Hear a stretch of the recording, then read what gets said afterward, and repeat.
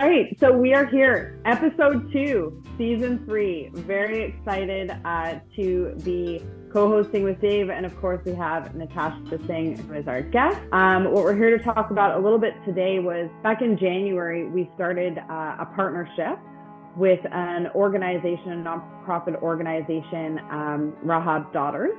We released a memo, we did a survey asking for volunteers, of course, from our flock to really help cover what Rahab's Daughters does from a 24/7 perspective, and really so that we can serve more individuals. Specifically, I think it was during Super Bowl week, so very short turnaround time. But Nat, before I give too much away, obviously in the introduction, can you introduce who you are for our Goslings and our external watchers? Okay, so to introduce myself, my name is Natasha Singh, Senior Vice President of Operations, and I look after our North American locations. I've been with the company, I'm going to age myself now, 20 plus years, so going on my 21st year. So quite excited to be here. I think, as we look at our purpose and what we're trying to do this year, it kind of came at the perfect time that I think we were away, and Dave, you had sent an email about someone within the tech group that had this opportunity. So we thought, okay, we'll join it. And there was about 5 or 6 of our exec team. We thought, let's join and learn a little bit about this charity. And can we help? Does it kind of align to our core values and what we want to do in our purpose? And I think it was probably the first time any of us were completely speechless. We met Sharmila, and she explained her story and how the charity started and just what they do. And they help human trafficking victims. They do research, and there's so much more to it. But hearing her story and hearing, the problem, which is not just Super Bowl time and not just isolated to the US, but on a global front, we thought, you know what, we can't not help.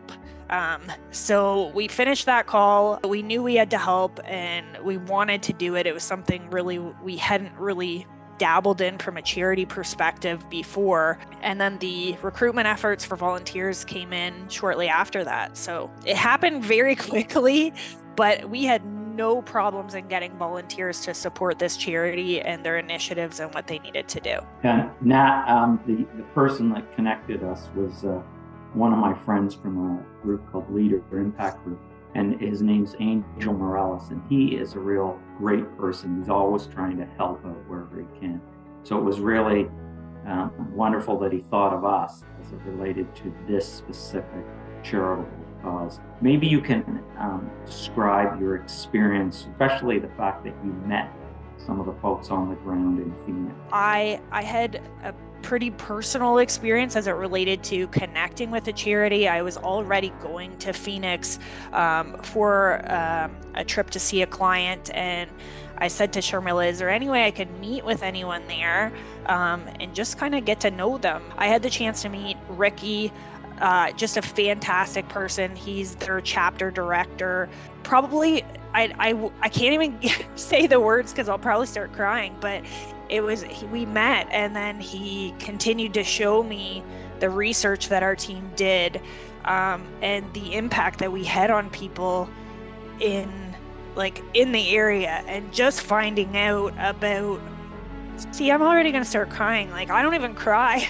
But it just hearing about the mothers, the daughters, the children that were affected, and what our team was able to do to help save these people, help them, get to a safe house, or help them connect with the charity for rehabilitation, was life-changing. I don't know of any other way to put it.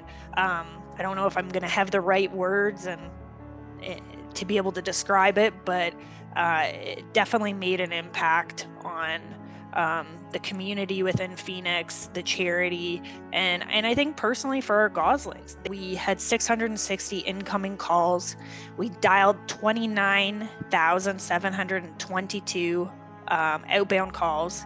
We facilitated 35 rescues, survivors, that's 10 children, 25 mothers and parents. Those are some of the raw numbers in the data, but there's more we can do, and I think really the planning is what can we do next year? Well, it's certainly amazing, and it's impacted you and so many of our Goslings in such a profound way. So, this is the kind of thing where, you think about human trafficking in today's age, you say to yourself, does that still exist? And obviously it's a big problem out there. We won't even get into the why that happens, but the point is that we were able to participate and help in our little way, which is great. And your passion of driving this net has certainly been noticed, within Bill Gosling and with the clients that participated. So thank you. To hear what they're doing is just absolutely amazing, and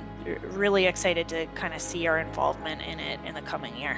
Thank you, Natasha, for providing kind of some insights and your experience overall, or our experience, but your experience primarily really leading this and spearheading it for us and gathering the troops, we'll say, to make it all happen. So round of applause to you and to all of our Goslings out there.